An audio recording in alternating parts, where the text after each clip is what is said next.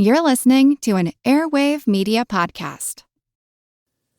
When I first got out of college in 1987, I went to work for a company that rented a small building on the grounds of the Orange County Airport. Now, that's not Orange County, California. That's the Orange County Airport in Montgomery, New York. It's just outside of Middletown. Anyway, the business, I have to tell you, had nothing to do with airplanes or flight. They just rented the building there. Basically, what we did is we sold industrial control equipment that we imported from Japan. And after about 2 years of working there, I realized I was going nowhere, and I decided to leave to become a high school science teacher. And of course, I did that for 30 years before retiring. Honestly, there's not a lot to say about the job, but there was one memorable thing that happened while I worked there, and that was the day that women were literally falling from the sky. I am not kidding. Well, maybe I should be a bit more specific. What there was this large group of women who had come from all over the world to skydive. And if I remember correctly, their goal was to break the world record for the largest number of women who join hands while falling from the sky. Basically, they get in the plane, jump out, join up, and then once they did that, they break apart, open their chutes, and continue their journey down to the ground. Now, to 23-year-old me, this was a spectacular sight to see, and I'm not referring to all the women that were falling from the sky. Instead, I was just amazed by the beauty of a crystal clear blue sky, and it was just filled with the most colorful parachutes you could ever imagine. I truly don't remember if they broke the record or not, but I do recall that they had to repeat the jump numerous times, and I think they did it over more than one day. Of course, I was working at a small airport, and one thing I observed while I was working there for those 2 years is all the airplanes that would take off and land each day. But so many of these planes were tiny, I mean really tiny, and they seemed incredibly unsafe to me. By the time I left that job, I was convinced that I never ever wanted to fly in such a small aircraft. Well, today I have for you a story of one of those small airplanes, and it did not take place at the Orange County Airport. Instead, on an April day in 1958, it took off from an airport in Fresno, California, but unfortunately never arrived at its final destination. And I'm just going to leave it at that and keep you in suspense as to what actually happened, but I will tell you it's a great story, and I really do think you're going to enjoy it. So today I present to you the story that I've titled Lost in the Clouds. I am Steve Silverman, and this is the Useless Information Podcast. Useless information. If Bruce Davis's life could be distilled into a single word, it would be music. Born on September 24th of 1921 in Spokane, Washington, Davis began his musical journey at the age of 7. And all throughout his school years, music was a constant presence. He performed in the school orchestra, the band, glee club, and so on. Then, after graduating from high school, he enrolled in Washington State University, though his studies were interrupted after just one semester by the outbreak of World War II. So Davis joined the U.S. Navy, where he spent 3 years playing in the Navy band. Then, following his discharge, he returned to Spokane, completed his degree, and he set out to make a living as a professional musician. His career took a pivotal turn in 1948. That's when fellow Spokane native superstar Bing Crosby attended one of his performances. Impressed, Crosby sought Davis out and encouraged him. He told him he had exactly what he needed to succeed in Hollywood. Buoyed by Crosby's confidence, Davis and his band relocated to California, and it was a move that he would never regret. Although he never reached superstardom, Davis enjoyed a solid and rewarding career. His quintet performed regularly in supper clubs and on the radio, but one of his most significant opportunities came when his orchestra landed a contract with the small California Hacienda hotel chain, which is best remembered today for the Hacienda Casino that they operated on the Las Vegas Strip. As you know, casinos need entertainment.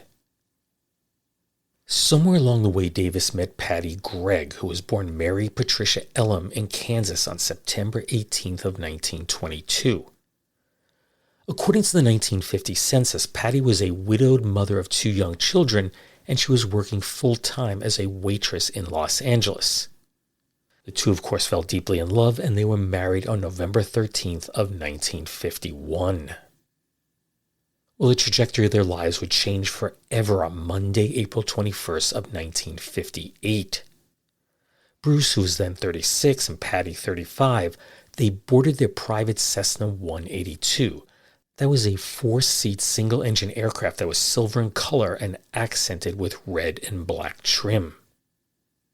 And their plan was straightforward. They're going to depart Fresno, California, stop roughly midway at Klamath Falls, Oregon to refuel, and then, of course, continue on to their final destination, which was Bruce's hometown of Spokane. Well, the first leg of their trip, it was uneventful.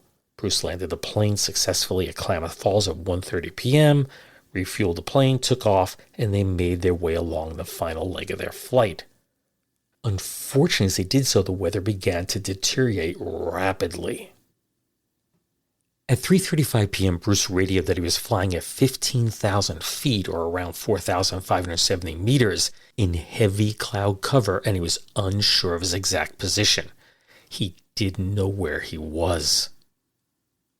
Bruce initially believed he was near Pendleton, which is just south of the Oregon-Washington border, but the airport radar there was unable to detect his aircraft. In other words, he wasn't near that airport.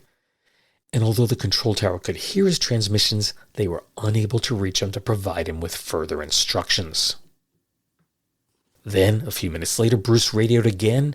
This time he thought he was near Condon, which is roughly 75 miles or 120 kilometers southwest of Pendleton. In other words, he wasn't near the airport. The airplane, with roughly 2 hours of fuel still aboard, would never arrive in Spokane. It was clear that it had gone down somewhere, but exactly where, well, that remained a mystery. Bob Dunn, assistant director of the State Board of Aeronautics, said, "You could have come down anywhere in a 300-mile radius of Pendleton after running out of gas. That's what is going to make this a tough search. We're going to have to cover plenty of territory." Almost immediately, aircraft were dispatched in search of the downed plane. By the following morning, 27 airplanes were in the air, with even more joining the effort on Wednesday. All of them, however, were hindered by the same conditions that had doomed the Davis flight: low cloud ceiling, snow squalls, and of course, poor visibility. Since they were forced to fly at lower altitudes, the search crews faced grim odds. If the plane had gone down in the mountains, it was unlikely to be located before the brutal environment claimed the lives of the Davises. And that's assuming they had survived the crash at all. Then at 6:10 a.m. Thursday morning, that's 3 bitterly cold nights after the plane had disappeared, a ghost appeared at the front door of Mr. and Mrs. Gus Robertson. The strange man announced, "I am the flyer who has been lost since Monday." At first, the Robertsons didn't know whether to believe him or not. Gus said, "I wouldn't open the screen door because he looks so tough." Of course, their hesitation was short-lived, and We took him in and took his shoes off and put his feet in hot water and gave him a cigarette. Checked his feet first for frostbite. If there's frostbite, you never put him in water. You use coal oil. Of course, Bruce's main concern was his wife, Patty. He said she received a blow to the head during the crash, but she wasn't knocked unconscious at the time. Unfortunately, he explained that Patty was unable to walk. "I moved her legs and determined that they were not broken. Then I rigged up a shelter with parts of the plane, bundled her up, and set out." Time, of course, was of the essence, so a phone call was immediately made to the state police in John Day, Oregon, which was about 40 miles or 64 kilometers east of the Robertson home. Search teams quickly jumped into action. Now, the airplane had gone down somewhere in the vicinity of Fields Peak, which just happened to be the highest point in Oregon's Aldrich Mountains. The peak reaches 7,366 feet or 2,245 meters, but the nearest road, it could only reach up to 3,000 feet or 910 meters. So a base camp was set up at the end of the road, and Dr. Martha Vandevloot from the nearby hospital, she was brought in to deal with Patty's injuries, should she be found alive. I mean, keep in mind her husband Bruce hadn't seen her in nearly 3 days. As you'd expect, airplanes combed the area for the crash site, but the weather, it still wasn't cooperating. Unfortunately, they couldn't locate it. But Bruce, he insisted he knew where the plane was. He hadn't marked his trail, but he was quite certain he knew where the plane went down. So even though he had 2 broken ribs, he was taken from his hospital bed and then lifted onto a search plane. Then, finally, at 10:30 in the morning, Bill Wise of the Condon Air Patrol, he spotted the downed plane. It was sitting upside down in 4 feet or 1.22 meters of snow.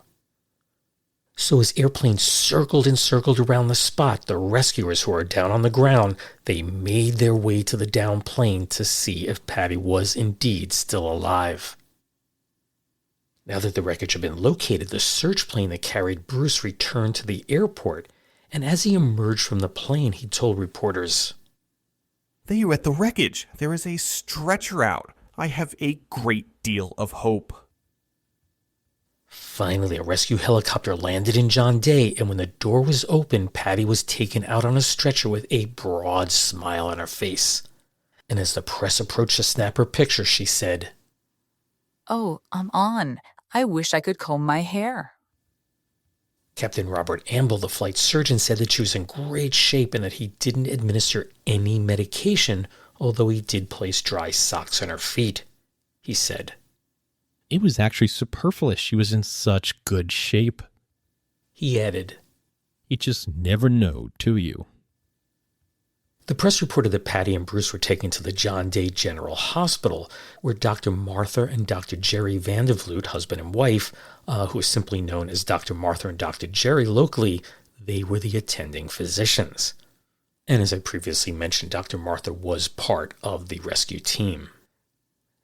Now, as a little side note, I do think they misreported the name of the hospital. They said it was the John Day General Hospital, but I believe it was actually the Blue Mountain General Hospital in nearby Prairie City.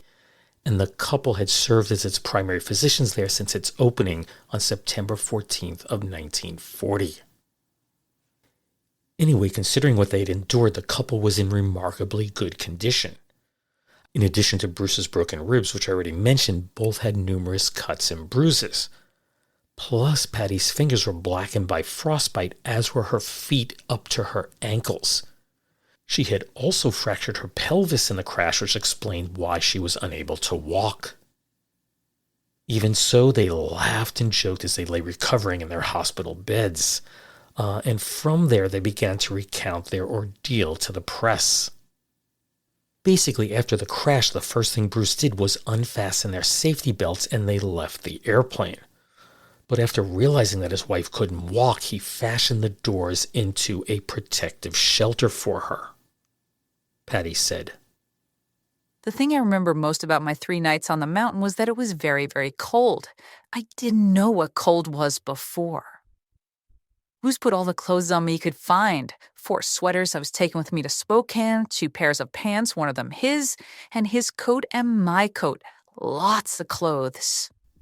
She added, "We tried to start a fire, but it wouldn't stay lit more than 3 minutes. It was so wet and windy. So he started for help." Bruce said, "I thought I heard a car. I certainly didn't think of any 3-day excursion." For 3 cold, blustery days, he plodded through deep, untracked snow. At one point, he stumbled upon an abandoned ranch house, and inside he found a small amount of rice, a pair of pants that was way too small for his frame, an old coat, and a battered hat. Now, it wasn't much, but it was certainly better than nothing. Meanwhile, Patty remained stranded high on the mountain, unable to move about at all. All 3 nights it snowed, lots of snow. I couldn't raise up unless I leaned against a tree, and all the clothes I had on didn't make it any easier. But I got our maps and put them over my feet, and when the snow would pile up on the maps, I would kick them off and get the snow off. Sometimes I cried and sometimes I laughed, and often I talked to myself. But I told myself, you can't become hysterical because there's no one here to watch you. There wasn't anything to eat except 2 lifesavers and half a piece of gum. I broke each lifesaver in half to make them go farther, and I'd eat them with snow. It was kind of like a mint cocktail. And I ate pine needles too, just for a change of taste. I didn't have anything to read, so I read the code book and tried to figure out some way to make a distress signal or SOS or something. But I couldn't. And I knew nobody would see it anyway. It was so cloudy. Thursday was the first day that I saw the sun. And that's when the rescue teams finally spotted the wreckage. Finally, I saw a plane, so I rolled downhill out of the shelter Bruce had made. I waved my arms and sang and shouted, and then I thought I'd better not carry on too much. They'd think I'm some animal. I didn't see any animals at all. I did see some birds. I remember thinking to myself, this woods is for the birds. I just kept talking and shouting, and suddenly somebody said something back, and they were there. I asked if I'd prayed. At a time like this, everyone does, I believe. Well, the couple were all smiles and happy to be alive. The reality was that Patty's health wasn't as good as initially reported. On Monday, May 12th of 1958, that's 3 weeks after being rescued, Dr. Jerry operated on her to remove her left foot. But there was also concern she'd have to lose some of the toes on her right foot.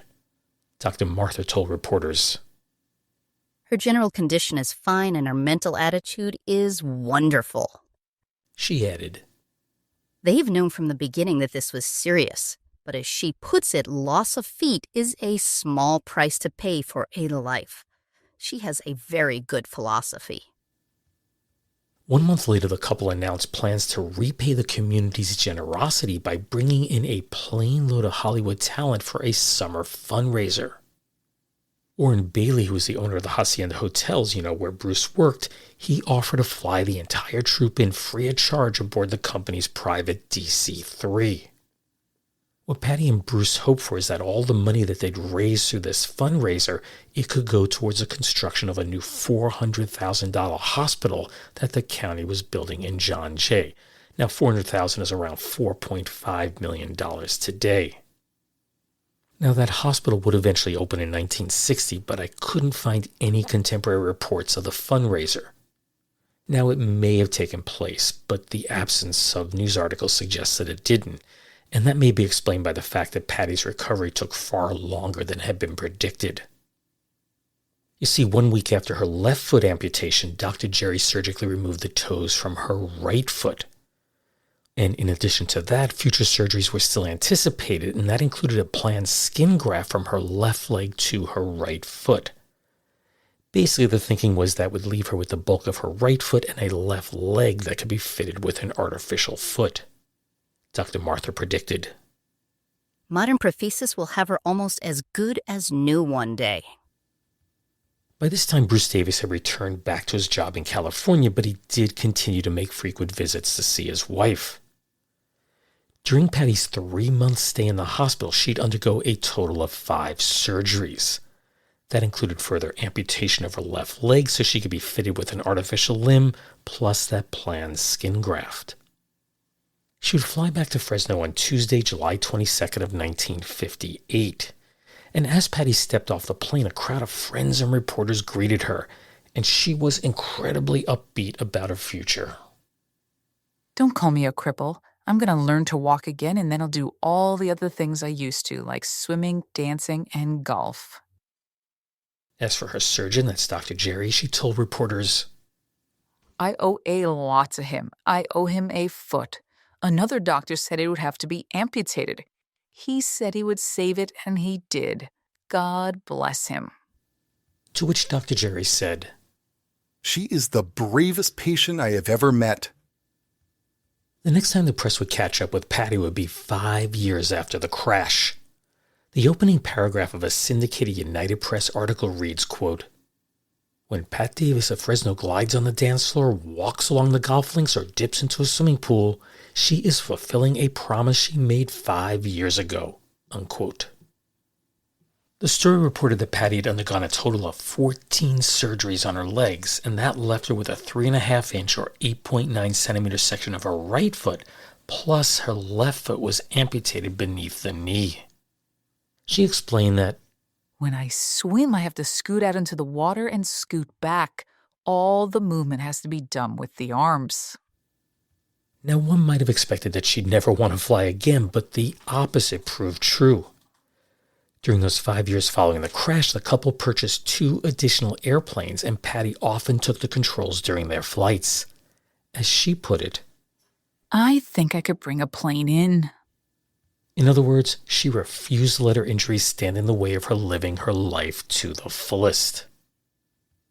In the years that followed, Bruce became Hacienda's entertainment director, and this job came with its share of perks.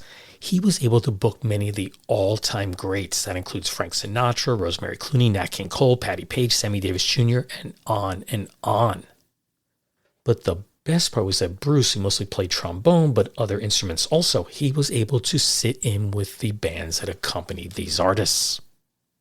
Also, somewhere along his life's journey, he launched his own company called Star Ads, and they went on to produce and record more than 4,000 commercials.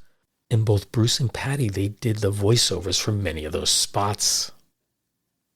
The couple retired in 1977, and they returned to the Spokane area, and there they renovated a family cabin on Newman Lake. Newman Lake's about 15 miles or 24 kilometers northeast of the city. They lived there until Patty's death on Saturday, June 26 of 1999 at the age of 76. Then after her passing, Bruce moved to Spokane Valley, and he shared a duplex with his daughter, Kim. In truth, Bruce never fully retired. For many years, he hosted a big band radio show every Friday night on Spokane public radio station KPBX, and he continued performing locally with his 2 bands. That's the Variety Pack and the Dixie Dandies. Remarkably, at age 91, Bruce played a gig at the Spokane Club the night before his death. He passed away on October 29th of 2012. Now, I began the story by stating that Bruce's life could be defined by just one word. That was music. But I'm going to add one more to it. That is love. That's the love that he shared with his wife, Patty, the love for his family, and his overall love and zest for life. Useless, useful, I'll leave that for you to decide. Before I sign off, I just want to mention that there's a video on YouTube titled Bruce Davis, the Gentleman of Jazz. It's an 8-minute interview with Bruce, and it was conducted when he was 82 years old, and I do encourage you to watch it. Honestly, I thought it was excellent, but I should point out there's no mention of the plane crash or his late wife in the clip. It solely focuses on his life in music. So what I'll do is I'll put a link to that in the show notes and on my website. If you recall in the last episode, I mentioned I was scheduled to give a free talk at the Clifton Park Half Moon Library.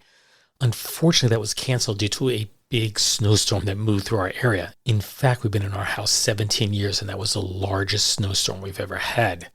Anyway, that talk has been rescheduled for June 1st.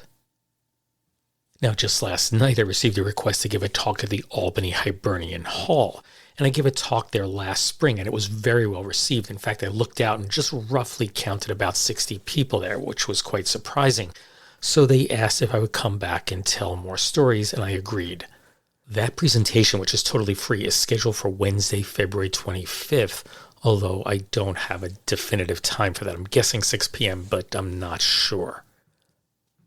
Anyway, the Useless Information Podcast is proud to be part of the Airwave Media Podcast Network. So visit airwavemedia.com to explore an ever-growing collection of some of the very best podcasts out there.